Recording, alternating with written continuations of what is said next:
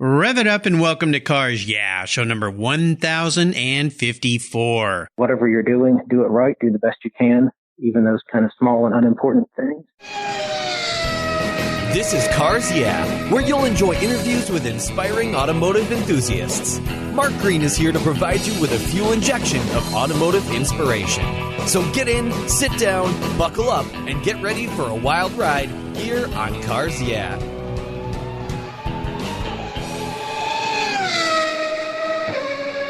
Hello, automotive enthusiasts. I'm revved up and so excited to introduce today's very special guest, Brandon Shriver. Hey, Brandon, are you buckled up and ready for a fun ride? I'm ready to go. All right. Brandon Shriver is the founder of Alpha Gearhead, a website where he explores his signature category, Gearhead Philosophy, exploring why it is that for some of us enthusiasts, cars connect directly to our soul, far beyond simply being a means of transportation. Brandon is a sidepreneur whose day job is being an engineer for Mack and Volvo trucks in North Carolina, and in his spare time, he's working on a 1955 Jaguar XK140, and he recently found a 59 MGA race car that he hopes to run with his father in vintage racing. In the past, Brandon has raced in SCCA driving an RX-7. So, Brandon, I've told our listeners just a tiny bit about you. Would you take a brief moment and share a little bit more about your career, this Alpha Gearhead project, and your passion for automobiles? Well, you've covered it pretty well there. I've decided about 10 years old I wanted to be an automotive engineer, and I went through with that. So I'm not quite where I expected to end up. It's a great career. It's working out well, and it's given me some time and resources to work on some of these other things I want to do. Alpha Gearhead, like you said, we kind of noticed that there was something missing in the marketplace with automotive media. And we said, let's look at some of these different factors, almost the spiritual side of automotive, and get into that a little bit. So that's kind of what we're going for. And that's Alpha Gearhead is with my dad and one of my best friends from college. So it's been a lot of fun. Well, it's cool. And I love the whole concept because for us enthusiasts, it is a passion, almost a religion sometimes, that how much we love cars and are involved in cars. And often people ask me, like, why are you so into cars? People that aren't into cars. And sometimes it's easy to describe to them, and other times it's a little hard. It's just something kind of deep-seated in all of us. And that's what I like about what you're doing. And I love the fact that you work in the automotive industry, but you kind of doing this side thing here, as I call them, sidepreneurs project, a passion that you're working on. And that's why I love having people like you on the show and exposing what you're doing to my many listeners so that they can join in with this philosophy of being a gearhead and a passionate car enthusiast. As we continue on your journey, though, I always like to start with a success quote or a mantra. This is some kind of saying that's been instrumental in forming your life and your success, and it's a nice way to get the inspirational tires turning here on Cars Yeah. So, Brandon, take the wheel. Well, I have, being an engineer, of kind of like Henry Royce, who's the Royce of Rolls-Royce. He was their chief engineer, and early on, Rolls-Royce for many years was kind of known as the best cars in the world. So that was a good inspiration. And he happens to be pretty quotable as well. So what I found is that he said, whatever is rightly done, however humble, is noble. And so I've always kind of taken that to mean that, whatever you're doing, do it right, do the best you can, even those kind of small and unimportant things. Yeah, that was absolutely. Kind of where I started. And especially for a young engineer coming out of college, you don't always get those big fun projects or something right away. So it's important to still keep that passion and do your best and work your way up. Yeah, his quotes are near and dear to my heart. There's many quotes that he's said back when he was with us, but I like that one in particular. And Rolls-Royce, when you go back to the time and what they've kind of held on to during their entire course of manufacturing cars, it kind of goes back to those sayings that he talked about, trying to be the best, trying to build the best, trying to build perfection, which is never really attainable, but you can always keep striving for it. And I don't think anybody who's had the pleasure of driving a Rolls-Royce motor car would say that wasn't fun. Even if you're not into something that big and robust or maybe that affluent, boy, when you get behind the wheel of one of those things, and I got to drive one for a whole weekend once, and I thought it would just be kind of, whatever, because I like small sports cars, but I was impressed. You feel like something special when you're in that car, and the car itself, amazing the way it performed and handled as big as it was. So Mr. Royce did a great job for sure. Well, let's talk about a story that instigated your passion for cars. I like the fact that when you were 10, you decided you were going to be an automotive engineer and you stuck with it. I mean, not too many 10-year-olds figure out their life at that age point. Mostly they want to be race car drivers or astronauts. Tell us about a pivotal moment in your life when you knew that you indeed were going to be a car guy. Well, that's kind of a tough question. I honestly say I was born with it. I don't remember any time I wasn't a car guy. Growing up, my dad had bought a 66 Corvette years before I was born, and that was stashed away in our barn. So I always had dreams of that, and I bugged Dad to get that back on the road and driving. And I wanted to do something with cars, and somehow, like you say, being a race car driver or something like that is certainly a dream. But there's the time you focus on what's your dream and, what is it you can do that's actually attainable, you can make a living at, raise a family with. So that's where I came up with being an engineer, and, maybe that'll lead into something else that I want to do as well. You do some racing on the side as well, though, and I think it's pretty cool that you figured out a way to get that racing bug out of you. I raced vintage cars for a while, and it was great fun. Really enjoyed it, getting out on the track and driving an old car. What is it about racing, and especially vintage racing, that has you so excited? And it again goes back to just loving cars. One of the first events I attended was the Monterey Historic Races in 2004. And I just remember I loved seeing those cars doing what they were designed to do. It wasn't a car show where they're sitting on the field. They weren't, going along on the highway at a slow speed. But that particular year they had, I think, 17 Ferrari 250 GTOs on the track at one time. Yes. And to say you have, those kind of cars worth that kind of money out on the track. So that's kind of where I really got that bug. I was there that summer, and that was a quite spectacular event. I mean, I can't remember any time where you had that caliber or, let's say, cost in vintage cars all on the track at one time.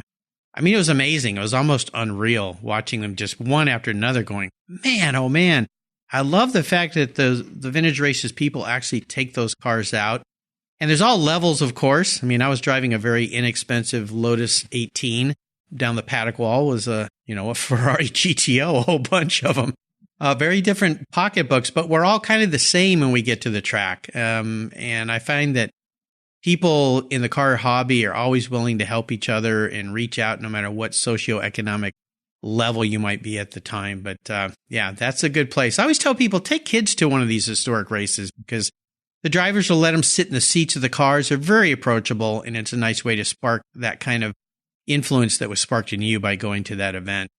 Let's take a look at some of the roads you've driven down and talk about a big challenge or a big failure you've faced. These are great learning lessons for us. So tell us about one of your experiences and how that helped you gain even more momentum as you move forward in your career and your business and your life. Well, one of the main one that came to mind when I was looking at that question, I went to college at Kettering University. I'm not sure if you're familiar with it, but it's right in Flint, Michigan, kind of in the heart of automotive country. And one of their requirements is you have to do a co-op program while you're going to college there.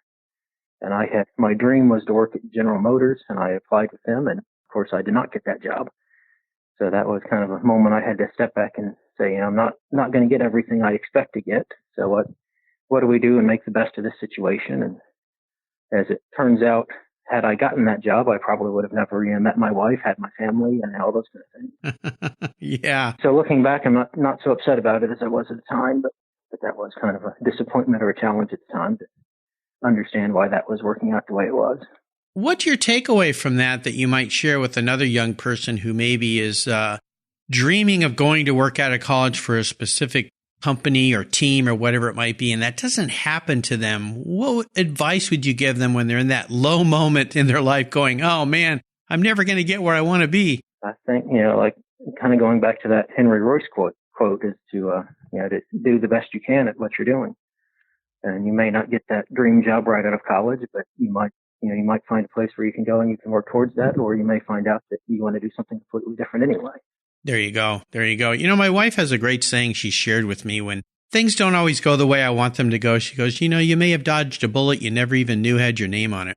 When you share that story about you would have never met your wife, would have never had your sons, would have never been where you are today. Yeah, we never really know. So sometimes it's not bad to go, maybe that just wasn't meant to be for a reason. I need to accept that and need to move forward. Or what did I do wrong? Did I blow the interview? Did I not prepare well enough? What happened there that I could do better next time? And next time, maybe something better will come along. think you had mentioned in one of the shows I was listening to today, a Nicky Lauda quote that he learned more from his losses than he did from his victories. That's kind of, as I always say, you can learn more easily from mistakes than you can from doing it right. Absolutely. That's why this question is so important as part of the CarsYeah show. Well, Brandon, let's shift gears and go to the other end of the spectrum. I'd love for you to share what I call a career aha moment. It's a time when those headlights come on and kind of illuminate your way into a new direction that tends to be positive. Tell us the steps you took to turn that aha moment into your success. Well, I would say that's actually been more of a process than a moment, and it's still kind of ongoing. Somewhere around the neighborhood of 10 years ago, a friend of mine, in response to an email I wrote to him, said that I should be a writer for a car magazine or something like that because of the way I wrote. And that kind of stuck with me, but I didn't think much about it. And then a couple of years ago here at work, I was applying for something, and they did a kind of a profile of my abilities and all, and they came back that I was in the 90th percentile for communication for my field. So that went back to that idea of, okay, my friend said I was a good writer. Now they seem to think I know what I'm talking about. And so then I got thinking. I applied to some of the traditional methods like Petrolicious and some other places like that to write for them, and didn't hear anything back. So I said, well, why don't I just start my own and go a different direction? There you go. That's where Alpha Gearhead came from, and that's what I'm working on now. Well, and it's true. Sometimes we need to pay closer attention to what others around us are observing, because sometimes we don't even see those skills in ourselves. But you have a unique brain set with you, Brandon, because most of the time people that are engineers or technical don't have the other side of the brain working for them, for the creative side, perhaps, like you said, the writing and the communication. We hear this all the time for people that are super technical engineers. Oh, man, yeah, they're great at what they're doing, but they can't hold a conversation or they can't write down a straight sentence.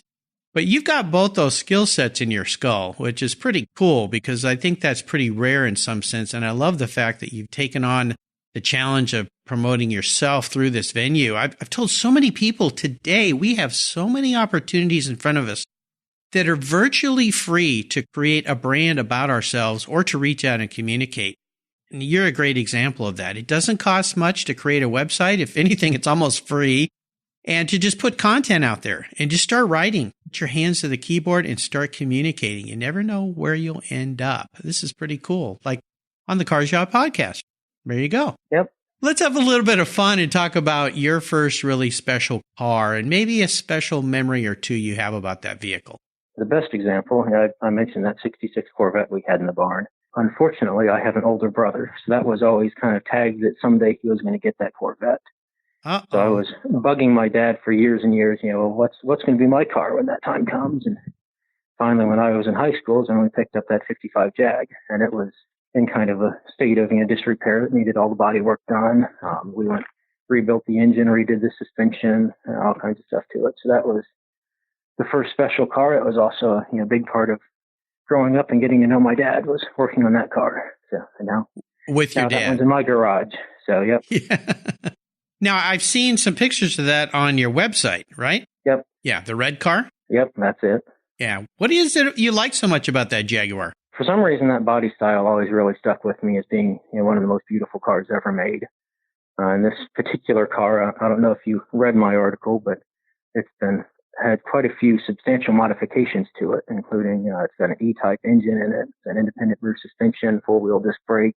It's been pretty heavily modified, but with virtually all Jag components. In my mind, the best of all worlds. You get the additional performance of the newer model, but still have the styling of the older model that I liked a little better. So in the vein of, say, a past guest, Rod Emery, who's known for building outlaw 356 Porsches, you're building an outlaw Jaguar. I guess you could call it that, yeah. Well, I like that. I think it's pretty cool because once you take that step, then the world's open. You don't have to stick to everything being stock and perfect. You can kind of put your own touches on it. Do you have a date in mind where that car will be out on the road? You'll be enjoying it? It has been. And then about this time last year, I took it down for a carburetor rebuild again. So with the 1-year-old and 4-year-old at home, that's taken a lot longer than I was hoping it would. But it's amazing how that happens. In a couple of weeks, it'll be back on the road. Oh, cool. Just in time for summertime. Yeah. Very nice. Very nice. Well, no doubt those who check out your website, Alpha Gearhead, will see your escapades and driving fun when you get that car back out on the road. I'm sure we'll see some stories and pictures about it. I sure hope so. Well, how about seller's remorse? Is there a vehicle you've owned that you've let go that you really wish you had back? I'll be honest, I've never really bought a car I didn't like, so I'd love to have them all back. But the one that really kicks in the seller's remorse was my second car, actually, was a 96 Jeep Cherokee. I had that Jeep for 10 years. I drove it coast to coast. It was the Jeep I had when my wife and I started dating and things like that. Unfortunately, a few years ago, I noticed it was starting to rust away underneath me. So I ended up selling it for parts, basically, because it wasn't enough left to save there. But I would love to have another one of those someday. I do miss it. Well, there's probably a few around that you could put your hands on one of those. But yeah, you live back where they maybe use some salt on the roads. Is that the problem with the rust? That's when I had that. I was going to college in Michigan, and my parents lived in Pennsylvania. So I definitely was running into that salt problem. So I'm hoping to pick one up again someday, but we'll see if it works out or not. Well, I would love for you to share what has you excited and fired up these days. I know working at the truck company, there's lots of things you can't share and talk about because they're future projects, and we understand that. But maybe touch on a little bit of what you do at your daytime job, but more so, what do you have planned for Alpha Gearhead? What can my listeners learn to experience when they come and visit your website? Well, like I said, what we're working on right now is this idea of the Gearhead philosophy and kind of exploring that relationship we have with our cars and with other gearheads, more so than just the technical details of the cars themselves. So that's kind of the theme there. One of our big goals is, like you said, to try to get the younger generations interested in cars, to share that passion and get off their smartphones for a few minutes here and there and take a drive. Then another thing I'm involved with right now, I'm not sure if you're familiar with drivetribe.com. That's yes, a social media platform that was created by Jeremy Clarkson, Richard Hammond, and James May. I'm an ambassador there for a couple of categories. I'm told there are about 30,000 tribes, about 30 million people reached per month, and there are 60 ambassadors. So that's kind of a neat platform to see that grow and see where that's going. Absolutely. Well, when you talk about philosophy, car ownership, the passion of cars and things, as it relates to what you write about Alpha Gearhead, what are a couple solutions or reasons you've come up with why those of us who love cars do love cars? What is it that's in us? Have you learned any little secrets or tips or tricks about what's going on in our heads? I think most of us as humans, we have kind of a desire to create, to work on things, to make things better. Some of us just got that bug with cars. Some people get it with art or music or all those other kind of things. Unfortunately, I'm interested in almost all of those too, but cars are definitely a standout for me. So I think it's just get into that core. Some of us like the noise of a 6-cylinder, a 12-cylinder engine screaming along. That's what connects with us. I think so. Well, here's a very introspective question for you, Brandon. If you were a vehicle, what kind of vehicle would you be and why? I've got kind of a long-winded answer for that, hopefully an original one. Back when I was in college, I had a friend that told me that I was a bit of an enigma. And his reasoning for that is that I had kind of a personality where sometimes I would have an old money kind of stuck-up, arrogant mood, and then other times I'd be a complete redneck. So he thought that was kind of strange. I would say right now that's kind of exhibited by two vehicles I have, one being a 1990 F-250 diesel that's got no straight body pan, all the beds are different colors in the cab. And then in my garage, I've got that Jag that's a beautiful sports car. So I said, what would you get if you kind of melded those all together? And what would I say I identified with as a car? And I came up with a 1928 to 1930 Bentley Speed 6, which, as Torrey Bugatti said, was the fastest truck in the world. Whoa. That's where I came up. That's a very unique answer. I've never heard that answer to that question. So I'm glad I came up with something original. Yeah, most definitely. That is very original. A redneck, a blue blood car aficionado. Wow. Okay. Well, that's a very interesting combination. I love it. Well, Brandon, up next is the last lap. But before we put the pedal to the metal, let's say thank you to today's Cars Yeah sponsors. Everyone who knows me knows I'm really picky when it comes to my cars and keeping them looking new. I'm a huge fan of Covercraft floor mats. I've protected my vehicle with their products for decades. Want to keep your vehicle's interior looking new? It's easy with Covercraft floor mats. They will protect your vehicle's factory carpets from daily abuse, weather, pets, children, weekend adventures, and those everyday spills. It's a fast, easy, and stylish way to keep your vehicle looking new. Covercraft floor mats come in a wide variety of styles, materials, and configurations, all designed for maximum protection. In addition to Premier Plush and Berber custom floor mats, you'll also find cargo liners, canine cargo area liners, dash covers, and sunscreens. Enhance your vehicle's looks while protecting the factory finishes with easy-to-install and easy-to-clean floor mats. Covercraft is the right choice. Learn more today at covercraft.com and tell them Mark at CarsYeah sent you. That's covercraft.com. Hey, this is Mark Green. Are you interested in selling online and building a sustainable business? Bonanza is a marketplace platform that empowers you to create your dream business. Getting started at Bonanza is easy. You can start fresh or import your items from other marketplaces like Amazon, eBay, Etsy, or Shopify. Auto parts and accessories are a high-performance category at Bonanza, and there's no risk involved in signing up. There are no listing fees or monthly fees. You pay only when you make the sale. Bonanza listens to seller feedback and uses it to improve tools and build new features, so there are tons of customization options for sellers no matter what the size of your business. Be sure to sign up using the link bonanza.com/CarsYeah, and you'll receive a free consultation with Bonanza experts who make sure that you are on your way to generating sales. That's bonanza.com/CarsYeah. Okay, Brandon, we're back and we're entering the last lap. I'm going to fire off a series of questions and ask you to give our listeners some very quick blips of the throttle answers. So here we go. What's the best automotive advice you've ever received? Say to drive what you love that fits your need. Yeah, pretty basic, pretty straightforward, but a lot of people don't do that. They buy cars based on what other people might think of them or other advice people have given them instead of what's right for them. So I think that's great advice. Now, would you share one of your personal habits you believe has contributed to your many successes over the years? I'm always looking for something new to learn. I'm always trying to read new things, learn about almost any subject I'll take up. Very nice. Well, based on that, we have a lot of resources at our fingertips these days. Is there a resource or two you'd like to share with our listeners? Another one I mentioned earlier that I think is really great is drivetribe.com, a social media platform for automotive enthusiasts. And you can go write your own work, get it promoted, get it in front of people, and see where it goes from there. Very nice.